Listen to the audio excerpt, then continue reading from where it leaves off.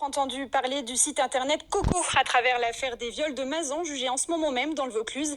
Eh bien, dans le Loiret, 9 personnes ont été mises en examen pour extorsion après avoir violemment agressé 8 hommes qui se rendaient en rendez-vous intime après des échanges sur ce site internet désormais fermé. Le récit de Mathieu Jarry et Charlie Krief. Les faits ont eu lieu dans des halls de ce petit groupe d'immeubles de Nogent-sur-Vernisson, commune de 2600 habitants. 8 agressions ont été confirmées, mais les victimes pourraient être plus nombreuses, une cinquantaine d'hommes ayant été approchés sur le site de chat Coco, fermé en juin dernier après de nombreuses plaintes.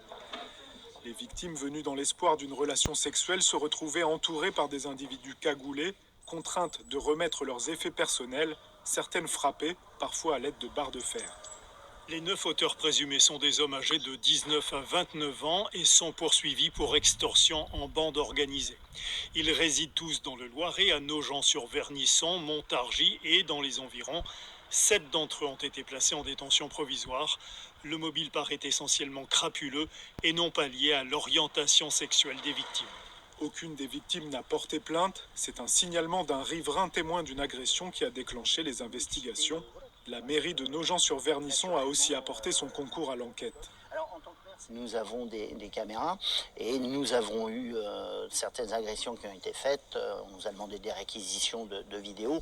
Donc oui, on savait qu'il se passait certaines choses illicites sur notre commune.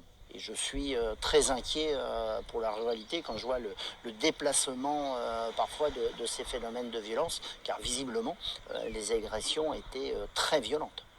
Parmi les 7 suspects incarcérés figure Gab Morrison, un youtubeur originaire de Nogent-sur-Vernisson spécialisé dans les interviews de rappeurs et suivi par des centaines de milliers d'abonnés.